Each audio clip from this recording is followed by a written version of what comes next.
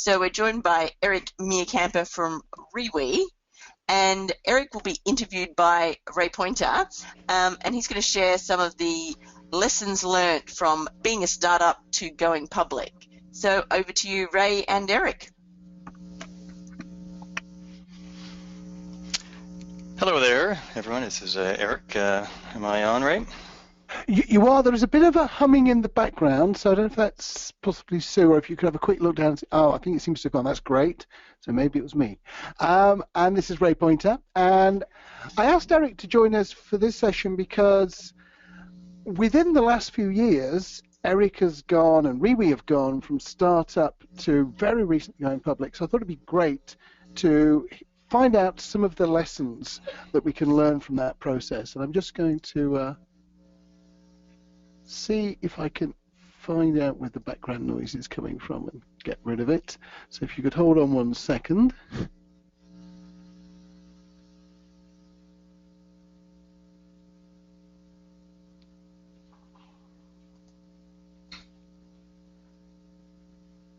Okay, that's probably as close as we're going to get, so hopefully that's good.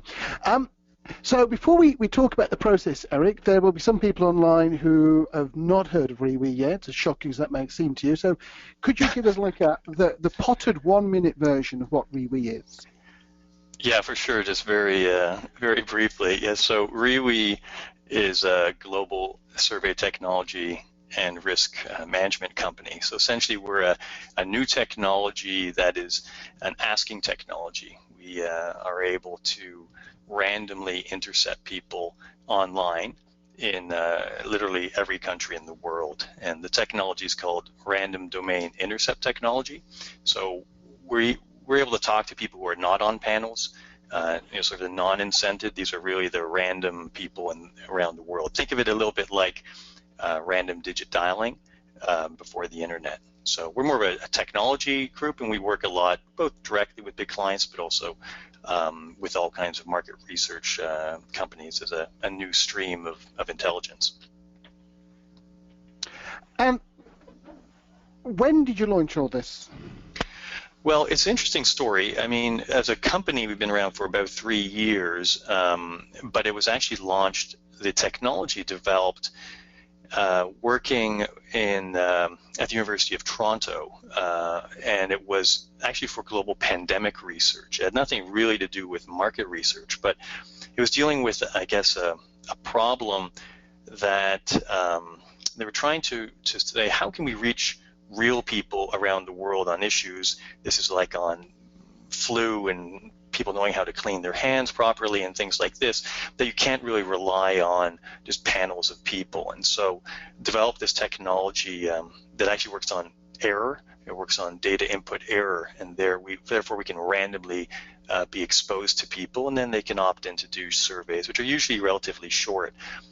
So we did that, and afterwards the company had received a global patent for it, and then we commercialized the company and started to apply it in sort of market research being one area, but other areas like we do security in hard to reach countries, Iran, Iraq, and that's a whole other area as well. So you're in Toronto, you've got a great idea, you can see that it's going to work. How did you get people to know about you?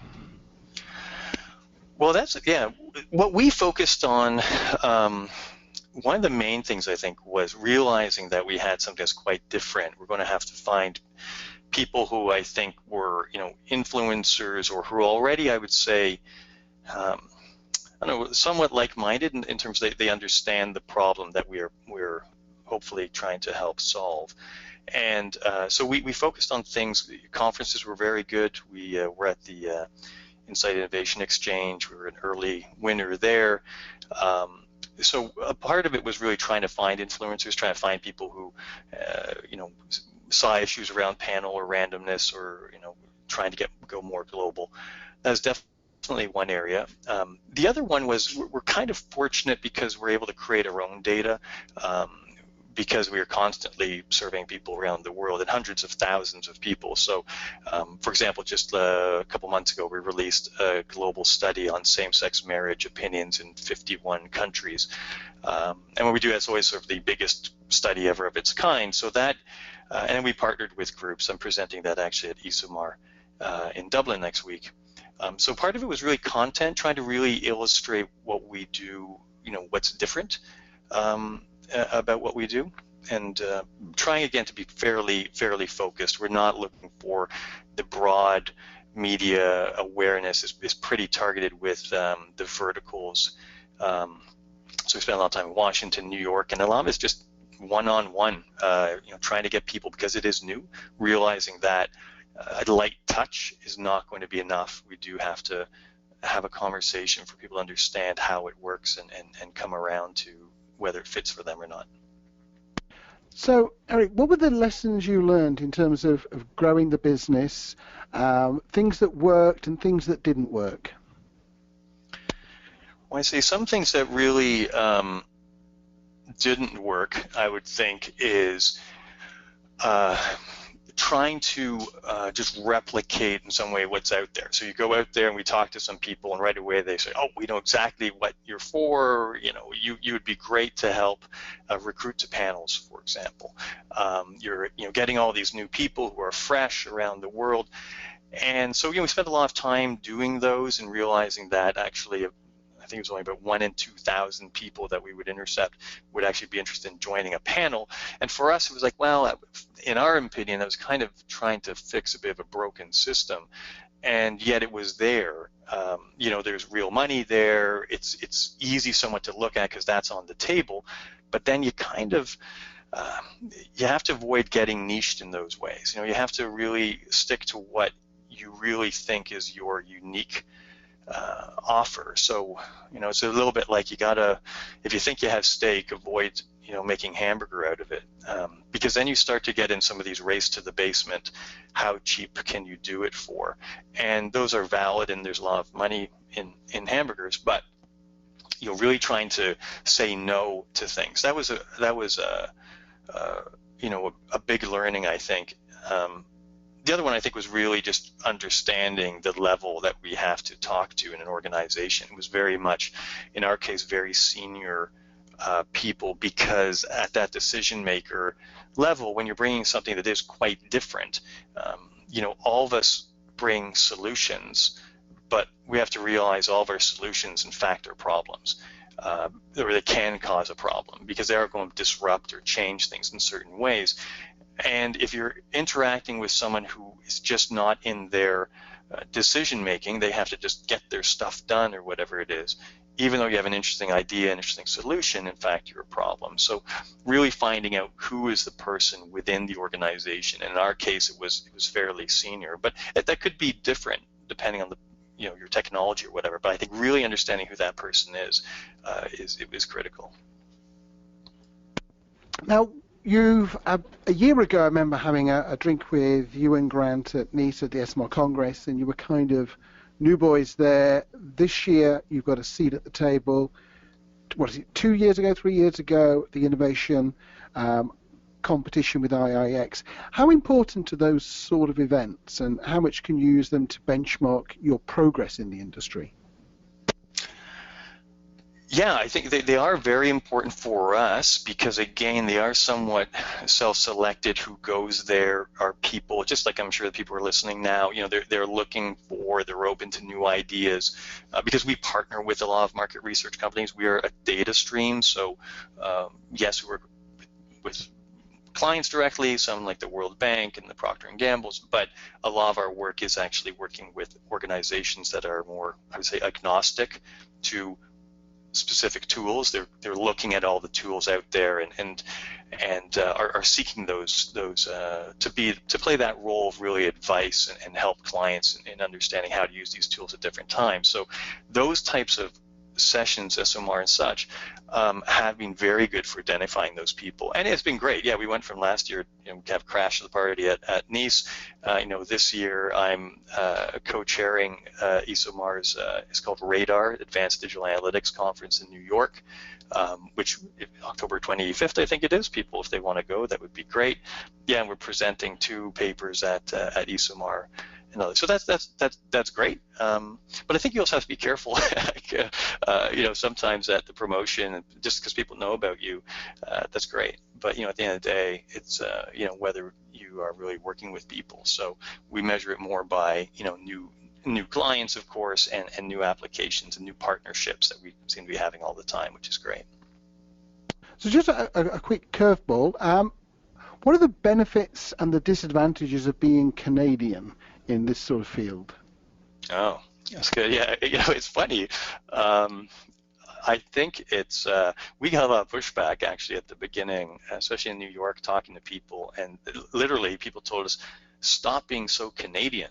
And because sometimes Canadians, beside a large company like United States, a country like United States, we sometimes can lack in some confidence, and you're so.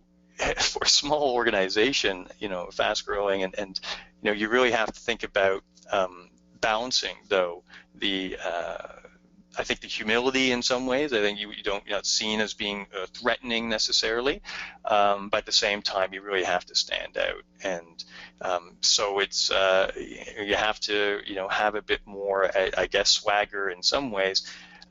But also, the challenge is to not just hear yourself speak, right? So for us, it's so critical that we're listening to people, that people are open to, that we're open to their feedback. We're still experimenting. There are all kinds of different applications for what we're doing. We have to be open to, not just saying this is the best thing ever and this is the only way it's done, because we'll end up niching ourselves. So hopefully, I don't know. Hopefully, Canadian puts us in a foot in both pools there. Super. So just before we throw it open to questions, a quick: where are you now? You've just gone public, and where next? If you can tell us. Yeah. Well, going public, what's important about it was important for us not to be seen actually as a market research company. I mean, we're a technology company, and so that whole process is really important to as we position ourselves, from a scaling point of view, and so scaling is what's happening, which is great.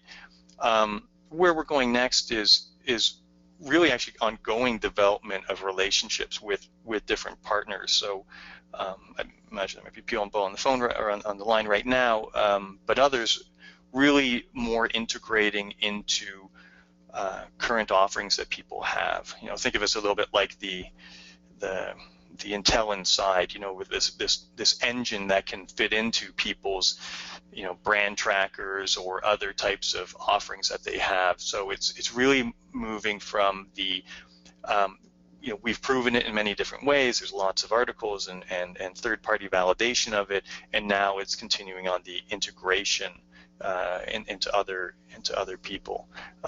And then new markets. We do a lot in the Middle East, Iran, so that whole area around security and intelligence, a whole other area, and exploring new verticals as well. Super. So, Sue, do we have any questions for Eric, either from the audience or yourself? Well, if anyone in the audience has been meaning to ask Eric a question, or Ray, I suppose, while you're there, please tweet using #NewMR or type your question into the question box. Eric, what's the craziest thing anybody's asked you to do in a work sense? Wow, that's in a work sense. Nice. What's the craziest thing that we want to do? And Eric, we exclude anything that Grant has asked you. Oh yeah, that I know. Yeah, those who know Grant. You're kind of stumping me on that one. I think there's definitely been things that people think they can do, like for example, exceptionally small markets. I know this doesn't sound necessarily crazy, but exceptionally small markets, and really trying to target micro organizations or people within it, and I think it's I don't know if that's really crazy. I know I'm feeling very Canadian in this answer. As American, I have a bit of a crazy answer, but I think I that like counts it though. crazy. But we encourage that. I'm crazy, but we do encourage people to push us. So what I would like to say is, crazy, but it's really is that people say, can you do this? And we're like, wow, we have no idea. And I guess for us, we will always try those things. So we will say, well, let's run it and find out. Like, it's very much, I guess, our approach is the world is a live lab and it keeps changing. So they will ask us, some were asking us about, time of day consumption in China of a very particular product. You say, how would you ever do that? And so we just tried things, we ran it, turns out that we can do it.